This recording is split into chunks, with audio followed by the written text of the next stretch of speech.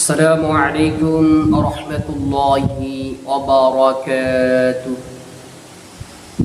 نحمده ونصلي على رسوله الكريم أما بعد সম্মানিত দিনী ভাই ও বোনেরা, আপনারা সকলেই কেমন আছেন?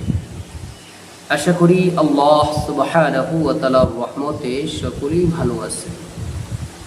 আমিও আল্লাহ সুবহানাহু ওয়া তাআলার রহমতে খুবই ভালো আছি, আলহামদুলিল্লাহ। সম্মানিত দিনী ভাই ও বোনেরা, আজকে আপনাদের মাঝে একটি গুরুত্বপূর্ণ বিষয় নিয়ে আসলাম। বিষয়টি হইতেছে, হঠাৎ করে যদি কারো উপরে জিনে আক্রমণ করে, অথবা আপনার ফ্যামিলির মধ্যে হঠাৎ করে কোনো ব্যক্তি হঠাৎ করে দেখতেছেন তার উপরে জিনে আসর করছে, জিনে আক্রমণ করছে, তাহলে তাৎক্ষণিকভাবে আপনি কি চিকিৎসা দিবেন, অথবা কোন আমল করলে কি করলে এই সমস্যার সমাধান হয়ে যাবে, এই বিষয়ে আজকে আপনাদের মাঝে আলোচনা করব ইনশাআল্লাহ। তো আপনাদের যদি এই আমলটির প্রয়োজন না হয়, হয়তো বা আপনাদের আত্মীয় স্বজন বন্ধু বান্ধব তাদের প্রয়োজন হতে পারে, এই জন্য আপনি আমলটি শেয়ার দিয়ে রাখতে পারেন। তাহলে চলুন আমরা জেনে নিই, জিনে ধরা রোগীকে প্রাথমিক আমরা কি চিকিৎসা দিব। প্রাথমিকভাবে আমরা চিকিৎসা দিব, এক গ্লাস পানি নিব, ওজুর সাথে প্রথমে কয়েকবার ইস্তিগফার করবেন, কয়েকবার দুরূদ শরীফ পড়বেন। এরপরে আয়াতুল কুরসি 7 বার পাঠ করবেন, ওই পানিতে ফু দিবেন।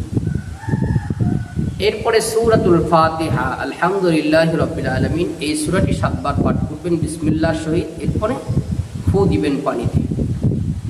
এরপরে 29 নম্বর পারায় একটি সূরা আছে, সূরাতুল জিন, সূরার নামই সূরা জিন।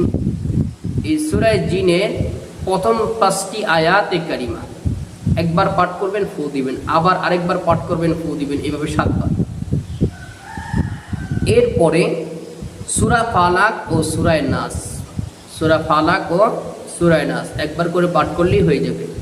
এরপর আপনি চাইলে 3 বার 5 বার করে পাঠ করতে পারেন, 7 বার পাঠ করতে পারেন, সমস্যা নেই। তো সূরা ফালাক ও সূরা নাস পাঠ করে পানি দিয়ে ফু দিবেন। এরপরে এই পানিটা ওই যে রোগীকে জিনে ধরেছে তাকে আপনি পান করাবেন, তার শরীরের উপরে এভাবে ছিটাই দিবেন, সামান্য একটু পানি নিয়ে এভাবে ছিটাই দিবেন। ইনশাআল্লাহ দেখবেন, যদি এটা তাৎক্ষণিকভাবে জিনে দূরে থাকে অথবা 2-1 দিন আগে দূরে থাকে, সেই জিন পলায়ন করতে বাধ্য হয়ে যাবে ইনশাআল্লাহ। আর যদি অনেক পুরাতন সমস্যা হয়, তাহলে সেক্ষেত্রে অন্যান্য আরও চিকিৎসা আছে, সেগুলো প্রয়োগ করতে হয়। রুকায়া আছে, সেই রুকায়াও করতে হয়। তো এই জন্য প্রাথমিক চিকিৎসা আমরা এটা দিব ইনশাআল্লাহ। এই প্রাথমিক চিকিৎসা যদি আমরা দেই, তাহলে ওই জিনে আক্রান্ত রোগী সম্পূর্ণ সুস্থ হয়ে যাবে ইনশাআল্লাহ, এবং কোনো ফকিরের কাছে নেওয়ার প্রয়োজন নাই, কোনো কবিরাজের কাছে নেওয়ার প্রয়োজন নাই ইনশাআল্লাহ। আল্লাহর কোরআনের আমল দ্বারা আপনি নিজেই পারবেন রোগীকে সুস্থ করে দিতে ইনশাআল্লাহ। এই ধরনের গুরুত্বপূর্ণ আমল যদি আপনারা শিখতে চান অথবা পেতে চান, অবশ্যই আমার চ্যানেলটি সাবস্ক্রাইব করে রাখবেন।